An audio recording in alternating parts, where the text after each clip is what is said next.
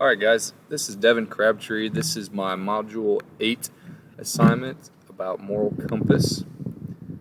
So this is the resource summary section. I've heard of moral compass throughout my life and just growing up, and really have never done anything over it or learned anything about it. So this is kind of the first time. All these resources were pretty good. They taught me a lot about it. The videos were really had some really good information. Most of them just talk about, in order to be a strong leader or a good leader, you have to have a moral compass. Let's see, Lee 2013 says there has to be integrity in everyday life, in decisions, in work, and in relationships. As an educator, I think all of us can agree that that is right. I mean, we all know with how we're raised and how we see the difference in a lot of the kids that we teach and how much of a difference it can make. Let's see, people have to be able to trust you. We all know that. Integrity, you've got to be honest, at home with your family and just being a leader, and you got to lead by example. That's part of it. So Bucaro, this is one of my favorite points of all of the videos and stuff that I read. It says you need to know what your values are and what you believe in before you are faced with a decision. So we have to be able to make a good decision. If we're not sure what's important to us or what our values are at, then the decision we make may not be a good one, and that goes, with anything, but especially if you're trying to be a leader or just a teacher in education.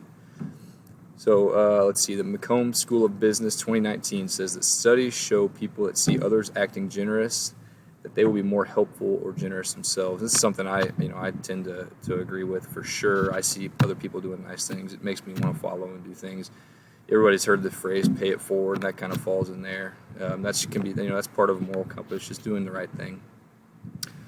So all these resources provided great information on moral compass. One point that was made that I really agreed with was by Orchard, 2007. One person's moral compass may not point in the same direction as another's as far as right and wrong conducts and belief are concerned. That's true. Everybody's different. Everybody's raised different. Everybody's got different ideas and thoughts. But I think that we should all be striving to be, and I put on here, heading north in our values and ethical standards. And after, I thought more about that, saying when I said we should all be striving to head north, and I really worked on my compass. I still like heading north. I decided when I did mine to just make all of my words even on my compass and not just have it, north being my main one.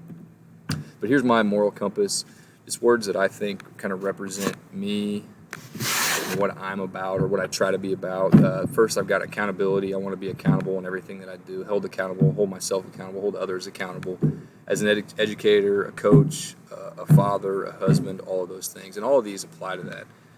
Resiliency, anything, especially this year. This one's really important, I think, with what's going on in the world right now. Many different things, but just being resilient and fighting through things and dealing with the challenges the appropriate way and battling through those. And that kind of falls in with perseverance. We're going to persevere. I want to persevere through all of the stuff that's going on in my life and with my job. Being courageous. I'm going to take chances. It's hard to get where you want to be without doing those things. Have a lot of courage and speak up when I need to and make decisions that are tough. I've got responsibility on here. This one's just simple, being responsible, doing what you have to do as a husband, as a educator, all those things. Being honest, this falls in just, I thought about putting integrity on there, but it just kind of falls in so many different things. So I just went with honesty. Being honest, you got to get people to trust you. That's just a big part of being a leader. And then compassion. You got to show compassion to your coworkers, your family, the students that you're teaching every day.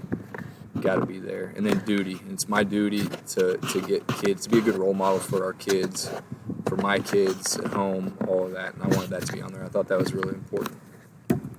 Here's my references page, same as everybody else's.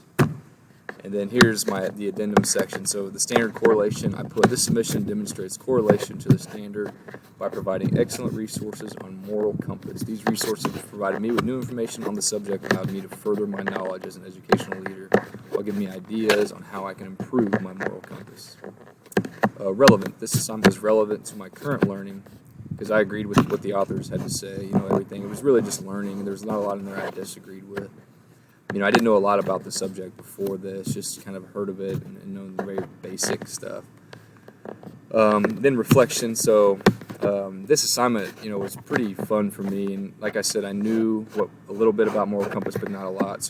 But it's going to influence me and make me think about more, and just a lot with my decisions that are being made on a day-to-day basis, whether I'm at home or I'm at work or I'm in the gym coaching, whatever that might be. So this just helps me continue to grow as an educator and a leader. All right, guys, that's it for me. Thanks. Good luck with everything, everybody.